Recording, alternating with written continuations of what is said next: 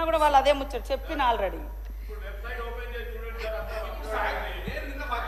నిన్న సండేనయ్యా, నిన్న సండే మేము ఎప్పుడో సార్ బీసీ వాళ్లకు 110 అప్లోడ్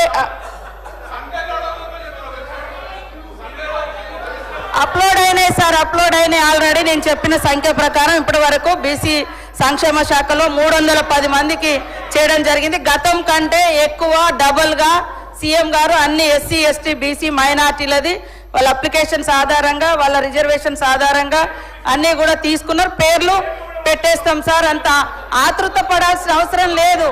అరే సమస్య ఎక్కడన్నా ఉంటే కావాలనిగా కాకుంటే బాగుండు అనేది వాళ్ళ బాధ సార్. మేము చేస్తూ ఉంటే కాకుంటే మేము చెప్పుకోవచ్చు, రాజకీయం చేసుకో. అరే కావాలి ఎడ్యుకేషన్ కాడ రాజకీయం వద్దని నేను మస్తు సార్లు చెప్తా ఉన్నా సార్. మీరే చెప్తున్నారన్నా ఆగు. ఆయన అయితే బీటెక్ కాలేజీలో రామ్టెక్ కాలేజీలో చదువుకుని ఆయనకు నాలెడ్జ్ ఉంది. నేను ఎస్టీ గర్ల్స్ హాస్టల్ ఎండాకాలం వానకాలం చదువు లెక్క నాదైంది సార్. అయినా కూడా సమాజాన్ని చదివిన కాబట్టి కొంచెం సమాజ జ్ఞానం పబ్లిక్ ఇచ్చిన జ్ఞానంతో ఈ స్థాయిలోకి వచ్చిన సార్. నేను serial number 4 question number 724 Shri Madan Mohan Rao గారు, development of tourism centres in Kamareddy district.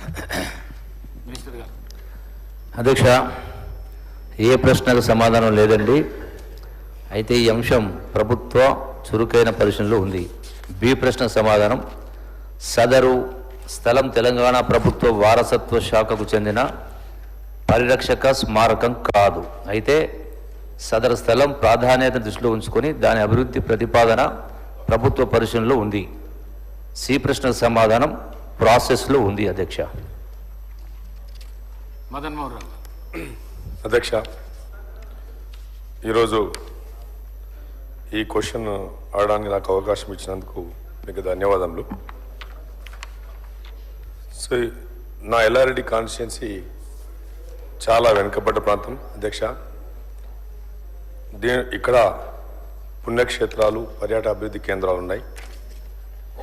మరి టూరిజం గురించి మనం మాట్లాడడం జరిగింది. వరల్డ్ యావరేజ్ టూరిజం ఒక 15 to 20% డెవలప్ అయితే